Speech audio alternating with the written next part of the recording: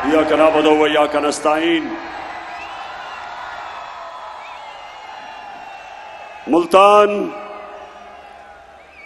ये दूसरी दफा ये 2 महीने में मैं आज इधर आया हूं आपके पास, और मैं फिर से आपका शुक्रिया अदा करता हूं जिस तादाद में आप यहां आए, मुझे इज्जत दी। आपका बहुत बहुत शुक्रिया। अच्छा मुल्तान, मैं 2 वजह से आया हूं। सबसे पहले आपने मेरी बात बड़ी गौर से सुननी है,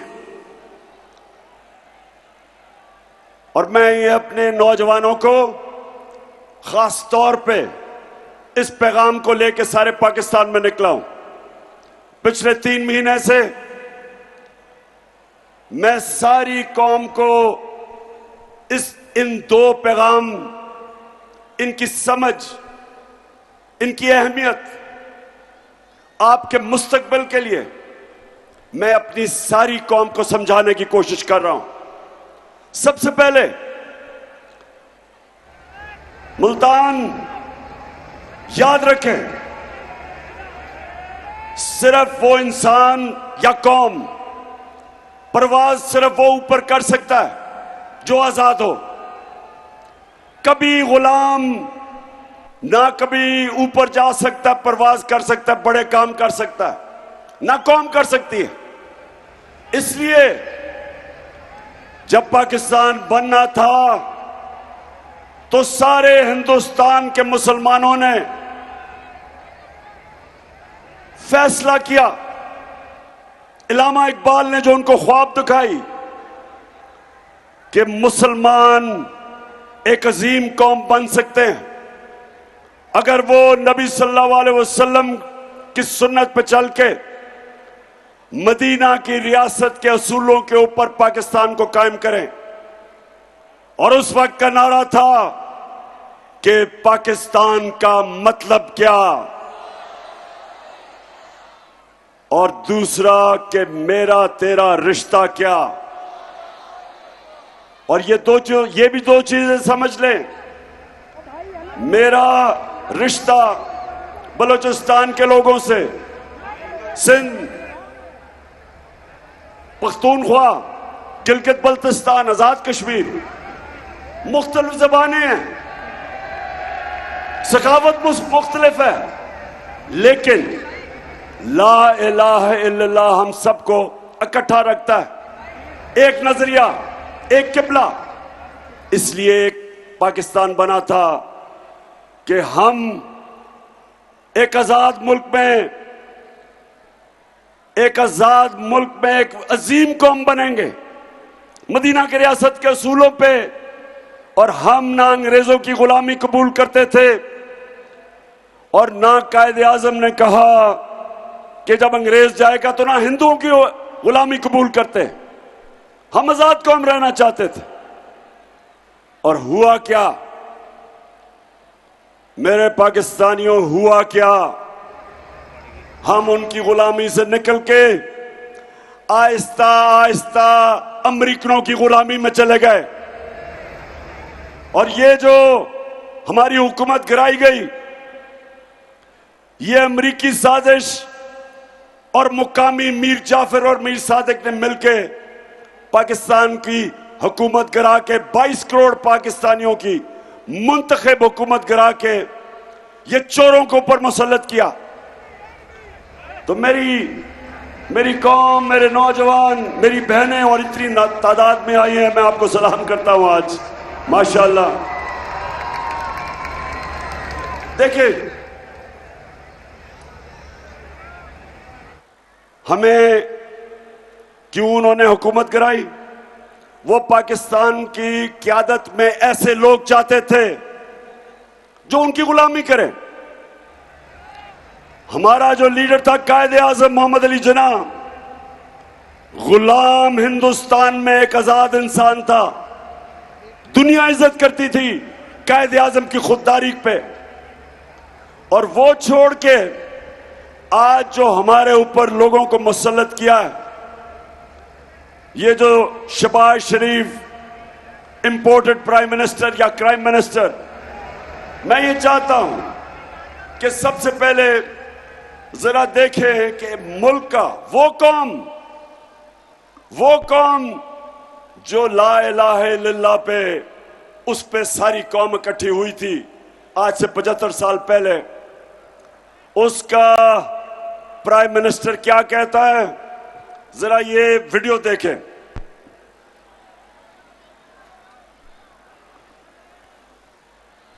मैं सऊदी अरब से होके आया हूं, मैं यूएई के होके, अभी मैं तुर्की होके आया हूं, और मैंने उन भाइयों को कहा कि आप हमारे बड़े अजीम भाई हैं, हमेशा आपने हमारी मदद की।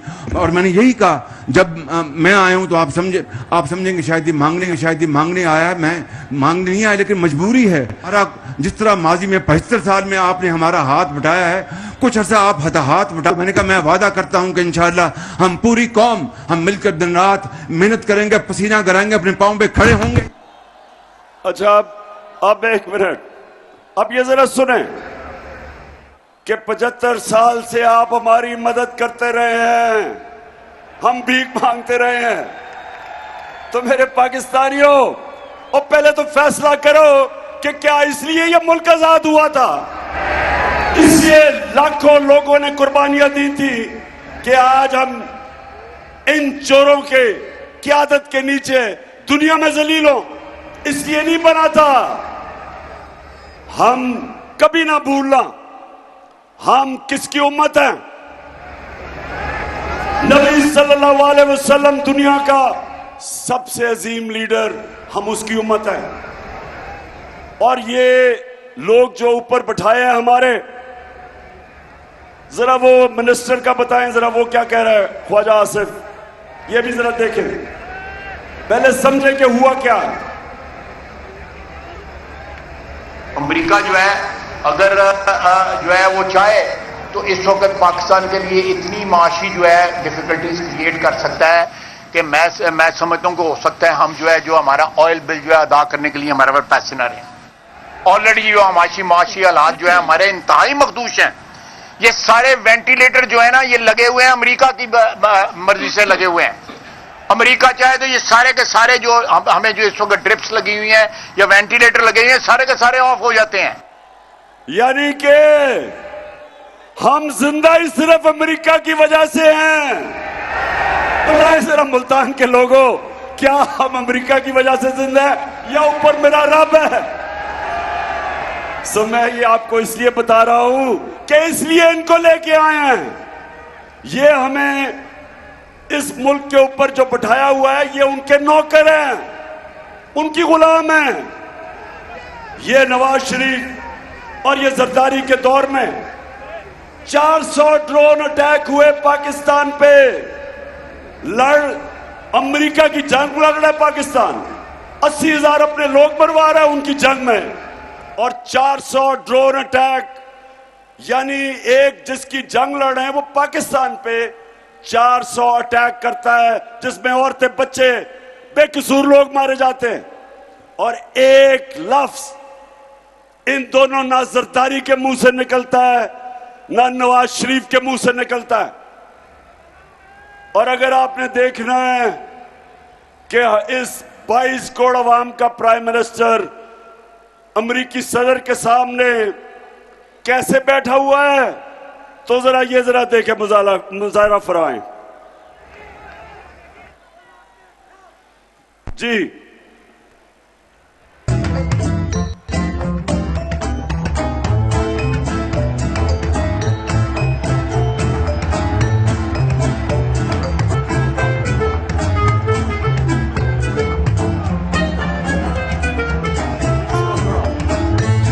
I thank you once again and look forward to welcoming you and Mr. Obama and Mrs. Obama in Pakistan. And Keema and Dal is waiting. अच्छा ये जरा, अच्छा अब ये देखें कि हमारा वजीर आजम अमेरिका के एयरपोर्ट पे उससे क्या हो रहा है, ये जरा देखें। नहीं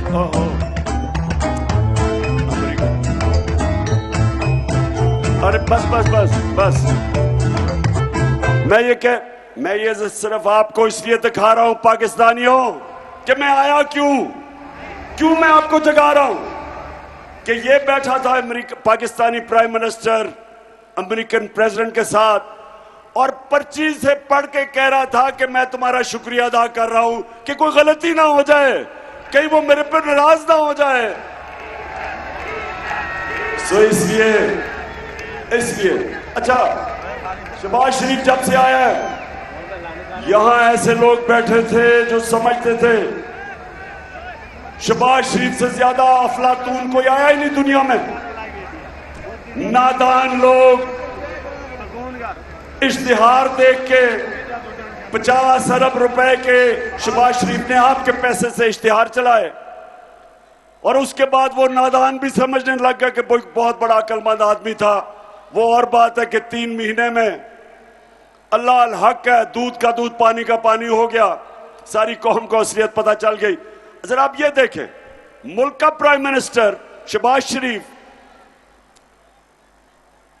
मलिका बरतानिया की सालगिरह है और वो जाता है बरतानिया की एम्बेसी में बरतानिया को सालगिरह करने के लिए, बताने के लिए। और ये जरा तमाशा देखें, केक किसको खिला रहा है? बरतानिया के जो यहां सफीर है उसके मुंह पे केक डाल रहा है। ये फिर से दिखाना उनको, कहना का ये है मेरे पाकिस्तानियों, आपको मैं कह ये रहा हूं कि हम जब तक अपने पैर पे खड़ा होकर खुददार कौम नहीं बनेंगे, जब तक इसमें हमारे में खुददारी नहीं आएगी, हम ऊपर नहीं जा सकते। हम भिखारियों की तरह कभी किसी से पैसे मांगे, कभी किसी से। कौमें वो बढ़ती हैं जो इकट्ठे मिलके कौम कुर्बानी देती है, मिलके कौम हर मुश्किल का सामना करती है।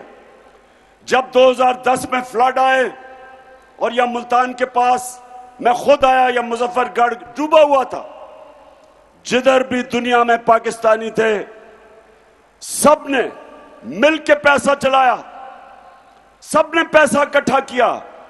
किसी इमदाद के बगैर हमारी कौम इतने बड़े सानिया से निकल गई, क्योंकि कौम थी, कौम इकट्ठी हुई। हम 22 करोड़ पाकिस्तानी कुछ भी कर सकते हैं, लेकिन उसके लिए कौम बनना पड़ेगा।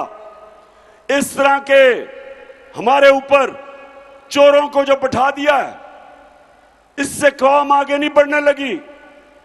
इस तरह कौम जब ऊपर चोर बैठ जाए, कोई कौम से उम्मीद ना रखो कि वो ऊपर जा सकती है, क्योंकि आज तक दुनिया की तारीख में जब तक कौम ऊपर गई है, कौम मिलके कानून की बालादस्ती कायम करके, इंसाफ दे के, फलाई रियासत बना के, अवाम का ध्यान रख के, तब कौम ऊपर जाती है।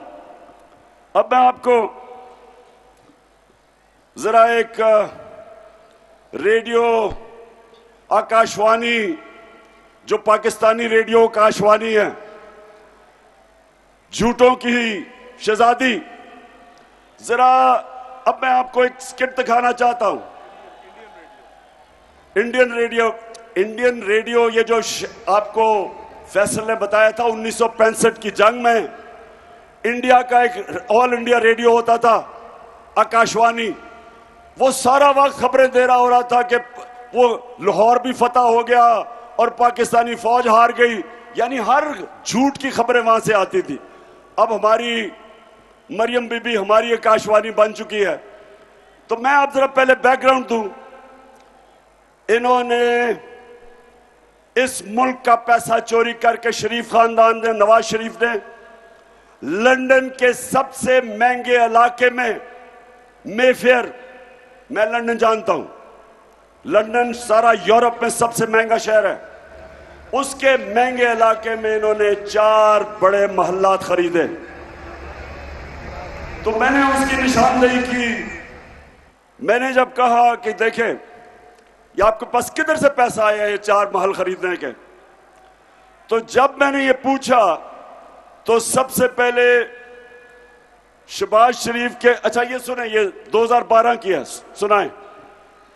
आपकी 4 अपार्टमेंट्स हैं, उनकी 1 अरब से ज्यादा, 1 अरब रुपए से ज्यादा उनकी कीमत है।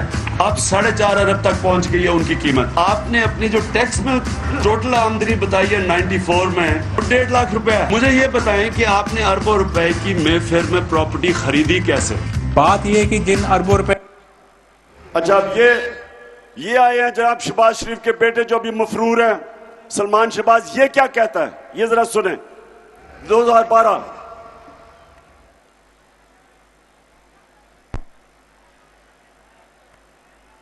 बात यह है कि जिन अरबों रुपए की मेफेयर की प्रॉपर्टीज की ये बात कर रहे हैं, ये तो पहले पता नहीं है। बताएं कौन सी प्रॉपर्टीज है, लाएं, दिखाएं, उसका कोई प्रूफ लाएं। सुन लिया, कहते किधर हैं? अच्छा अब रेडियो आकाशवाणी पाकिस्तान, जरा अब इनको सुने।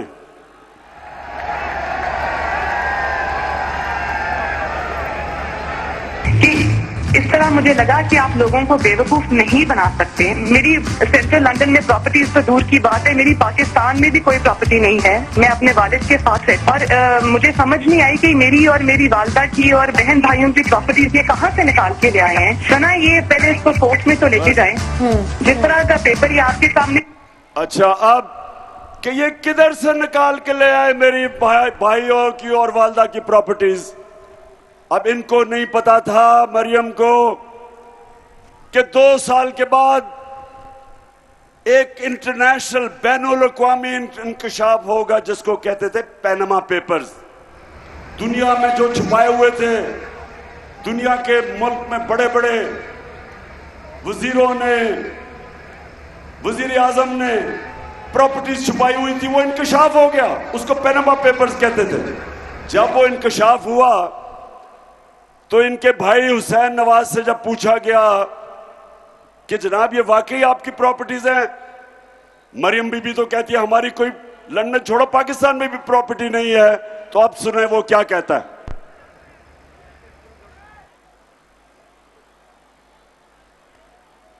मैं इस बात को तस्लीम करता हूँ कि अल्हम्दुलिल्लाह पाक लेन के ऊपर जो अपार्टमेंट्स हैं वो अल्हम्दुलिल्लाह हमारे हैं। मैं इस बात को तस्लीम करता हूँ कि उनको ऑफशोर कंपनीज नेस्कॉल लिमिटेड और नीलसन लिमिटेड जो है उनको ओन करती हैं। और मैं आपको ये भी अर्ज करता हूँ उनको होल्ड कर रही है इस वक्त मरियम नवाज शरीफ, मेरी हमशीरा जो है। ठीक है जी, ठीक है जी, सुन लिया नहीं बताए, सुना आपने कि मेरी कोई प्रॉपर्टी नहीं। और अल्लाह ने जब अल्लाह अल हक का सच सामने ले आया तो कहता कि वो चारों महलात अरबों रुपए के मेफेयर सबसे महंगे इलाके में वो मेरी बहन मरियम नवाज शरीफ ओन करती हैं। अब झूठ बोलने की क्या जरूरत थी? क्यों झूठ बोलना, बताए ना जरा, मुल्तान बताओ। क्योंकि चोरी का पैसा था, आपका पैसा था। और ये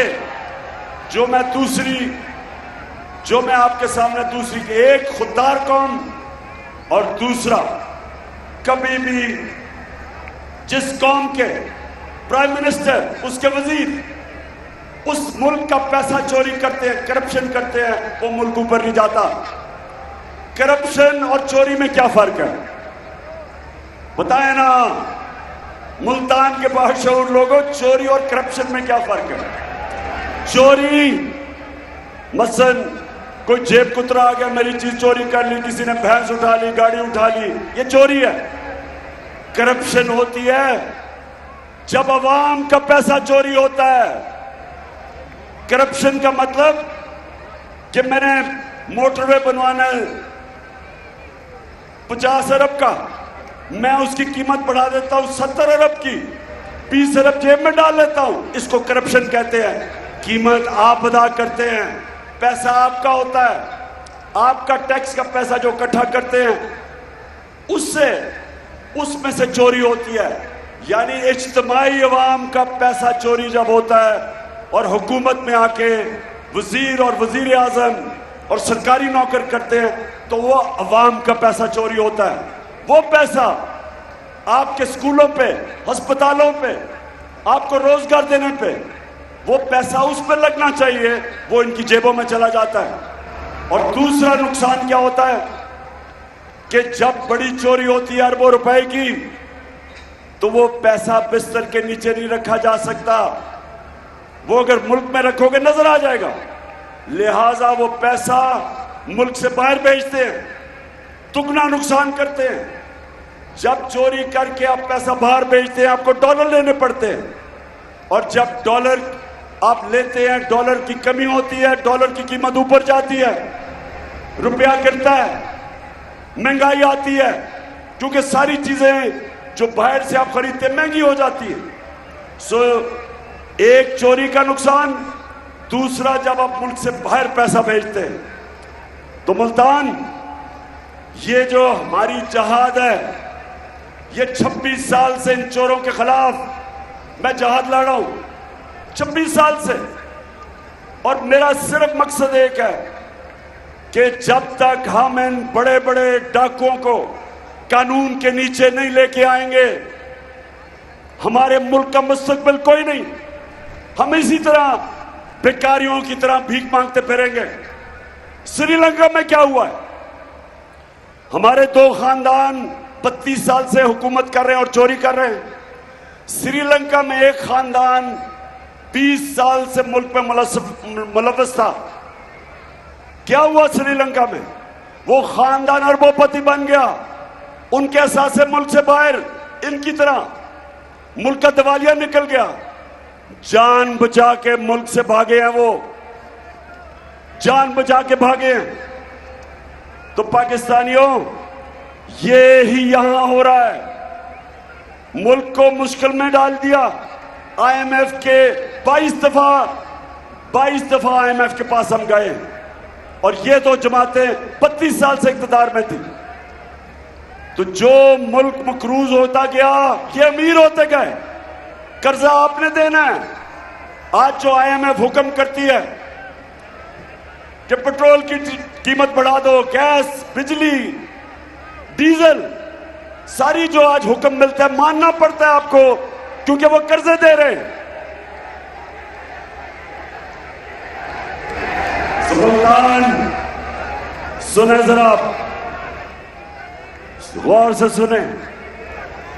हम जब तक अपने मुल्क में और कौम करप्शन के खिलाफ लड़ती है, याद रखें, इमरान खान अकेला नहीं लड़ सकता।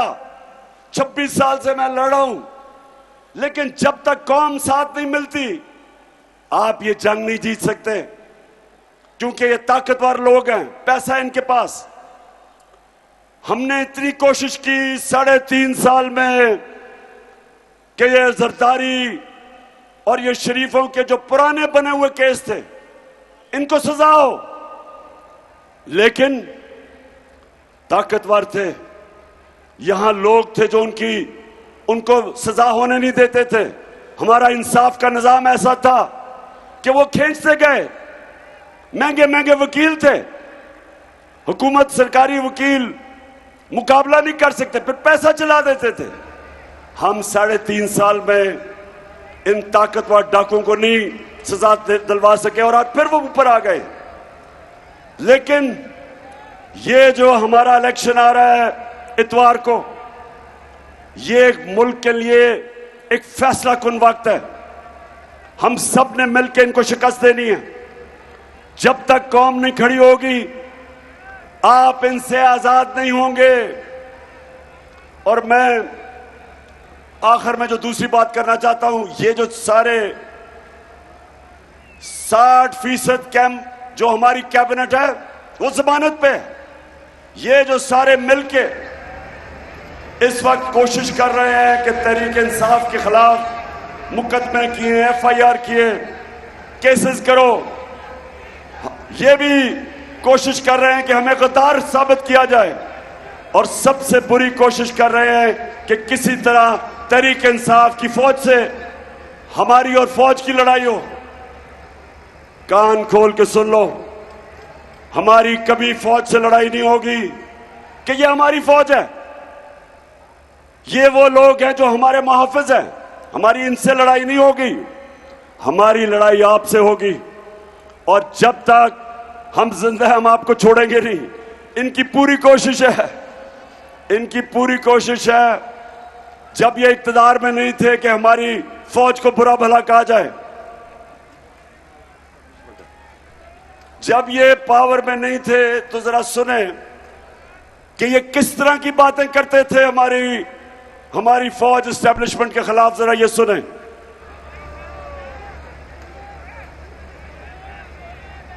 चेंज तो जिनकी वजह से होता है, जिनकी मदद से होता है, हम उनकी मदद नहीं लेना चाहते और हम चाहते हैं कि अगली हुकूमत का फैसला पाकिस्तान की आवाम करे। तहरीक अदम एतमाद सौदे के बगैर मुमकिन नहीं होती। यहाँ पर अदम एतमाद का जो निज़ाम है इस्टेब्लिश बगैर मुमकिन नहीं है। कोई डील करके इक़्तिदार नहीं चाहते। पाकिस्तान में तहरीक अदम एतमाद उस सूरत में अमूमन कामयाब होती है जब इस्टेब्लिशमेंट आपकी पुष्ट पे हो। इस्टेब्लिशमेंट करती है, वो डील का नतीजा हुआ है। जब भी अदम एतमाद से होते हैं तो यकीनन डील करती है। इस्टेब्लिशमेंट के बगैर अदम एतमाद की तहरीक को कामयाब नहीं किया जा सकता, क्योंकि इस्टेब्लिशमेंट भी एक तीसरी कुव्वत के तौर पे या चौथी कुव्वत के तौर पे पार्लियामेंट में यानी बकलम खुद जो है मौजूद है। तो इसका मतलब कि जब ये इक़्तिदार में नहीं होते, ये बुरा भला कहते हैं कि सारी बुराई इस्टेब्लिशमेंट की वजह से, और जब हुकूमत में आते हैं तो सारा वक्त कोशिश ये होती है कि दूसरों को केसेस करो, सहाफियों को अटैक करो, किसी ना किसी तरह हम सबको गंदा करो और हमें गद्दार कहो। गद्दार वो हैं जो इस मुल्क का पैसा चोरी करके मुल्क के बाहर ऑफशोर अकाउंट्स, महलात खरीदते हैं। गद्दार वो नहीं है जो सारी कमाई बाहर करें, सब कुछ बेच के अपने मुल्क में रहें और जीना मन रहा जिनका पाकिस्तान में हो। वो गद्दार नहीं है, वो गद्दार नहीं है जो इस मुल्क की आजादी के लिए और करप्शन के खिलाफ जंग लड़ते हैं। वो गद्दार नहीं है। जब अर्ज़े खुदा के काबे से सब बुत उठवाए जाएंगे, हम रहले सफा मरदूदे हरम मसनद पे बिठाए जाएंगे, सब ताज उछाले जाएंगे, सब तख्त गिराए जाएंगे, हम देखेंगे, लाजिम है कि हम भी देखें। मुल्तान आखिर में सुने, हमारी जमात तहरीक इंसाफ वो जमात है जो सारे सूबों के अंदर है, वो जमात जो इस मुल्क को इकट्ठा रख सकती है। इनकी जो जमातें रह गई हैं वो सुकड़ गई हैं, छोटी छोटी जमातें हैं। ये एक मुल्क की वफाकी जमात है और इस वक्त जो हमारे दुश्मन मुल्क को तोड़ना चाहते हैं वो चाहेंगे कि तहरीक इंसाफ कमजोर हो। हिंदुस्तान में खुशियां बनी जब शहबाज शरीफ आया, इस्राइल ने खुशी बनाई। मगरबी मीडिया जो मुझे जानता है, वहां भी उन्होंने इस्तकबाल किया इस चोर का। लेकिन जिधर जिधर मुसलमान मुल्क थे उनकी मीडिया पढ़े, सबको अफसोस हुआ कि एक 22 करोड़ की मुंतखब की हुई हुकूमत, जिसका वजीर आजम दुनिया में जाके इस्लामोफोबिया की बात करता था और नबी सल्लल्लाहु अलैहि वसल्लम के खिलाफ जो बेहुरमती उनकी करते थे, उनकी शान में गुस्ताखी करते थे, उसकी आवाज उठाता था, यूएन में उठाता था, ओआईसी में उठाता था। मुसलमान दुनिया में लोगों ने अफसोस बनाया, दुश्मन खुश हुए। तो पाकिस्तानी फौज दूसरी चीज है जो मुल्क को इकट्ठा रख सकती है, लेकिन अकेली वो इकट्ठा नहीं रख सकती जब तक कि एक फेडरल, एक पार्टी जो सारे सूबों में मुल्क को यूनाइट करे। तो ये साजिश है कि हमें उनके खिलाफ करें और कोशिश करें कि हमारी जमात टूटे। नुकसान पाकिस्तान का है, फायदा इन चोरों का है। इन चोरों को, जिनके पैसे बाहर पड़े और प्रॉपर्टीज बाहर पड़ी है, इनको क्या फर्क पड़ेगा कि पाकिस्तान को अगर नुकसान पहुंचता है?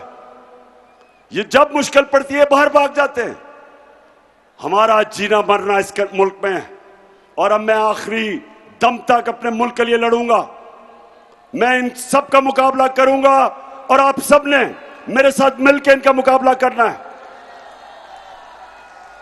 हमने, और मैं ये भी कह दूं कि जिन जिन लोगों ने मुल्क के मिलके गद्दारी की थी, मुल्क से अमरीकी साजिश का हिस्सा बने थे, मीर जाफर और मीर सादिक का रोल प्ले किया था, पाकिस्तान की तारीख कभी इनको माफ नहीं करेगी, ना भूलेगी, ना इन गद्दारों को माफ करेगी जो इस साजिश में शामिल थे।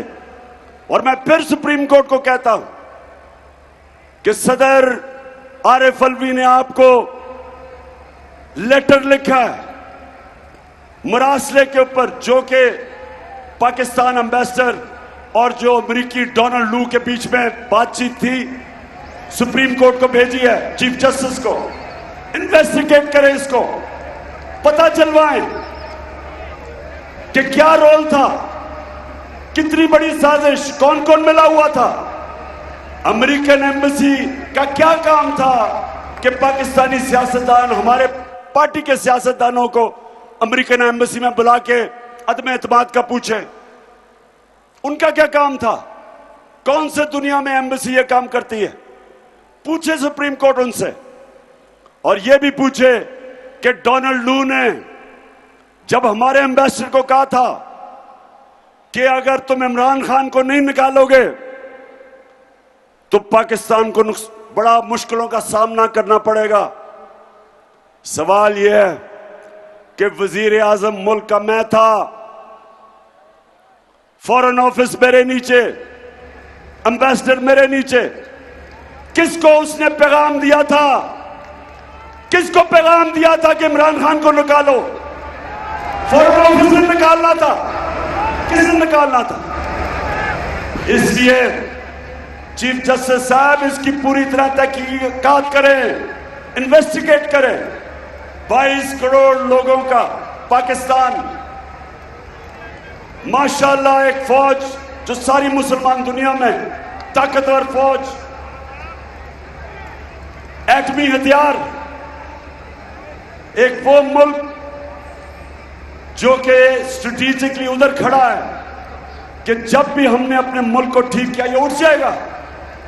तो कौन थे वो लोग जिन्होंने साजिश करके एक मुल्क जो तरक्की कर रहा था 17 साल में, पिछले 2 साल में 17 साल के बाद सबसे ज्यादा तरक्की पाकिस्तान इकोनॉमिक सर्वे के मुताबिक हमारे 2 सालों में हुई थी। Exports record, tax collection record, 4 फसलें रिकॉर्ड, हमारी एक्सपोर्ट्स, टेक्सटाइल की रिकॉर्ड, इंडस्ट्री कितने सालों के बाद तेजी से सनत आगे बढ़ रही थी। हमारी आईटी एक्सपोर्ट्स 75% 2 सालों में बढ़ी थी। तो क्या कौन थे वो गद्दार जिन्होंने हमारी गवर्नमेंट गिरा के ये चोरों के ऊपर मुसल्लत किया? इसलिए आप सब ने तैयारी करनी है।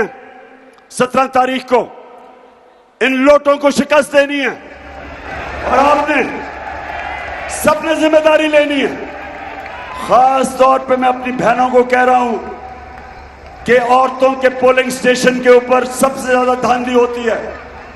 ये सिर्फ धांधली से हमें हरा सकते हैं, सिर्फ धांधली से।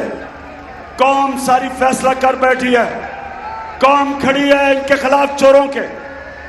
आपने सबने अपना इसको इलेक्शन नहीं समझना, ये जहाद है, हकीकी आजादी की जहाद है। और आप सबने पूरा जोर लगाना है और इनको शिकस्त देनी है।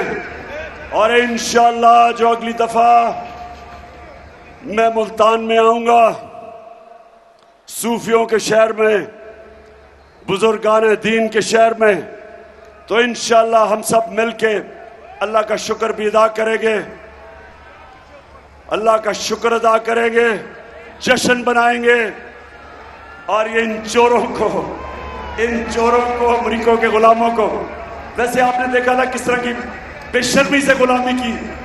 हम तो बेकारी हैं जी, हम तो भीख मांगने आए हैं, खुददार हैं हम कौम। ये कौम ला इलाहा इल्लल्लाह, अल्लाह के सिवा किसी के सामने नहीं झुकने वाली कौम, गैरतमंद कौम है, खुददार कौम है। और इंशाअल्लाह इन चोरों को और ये जिन्होंने साजिश की है सबको इंशाअल्लाह हम शिकस्त देंगे। पाकिस्तान जिंदाबाद।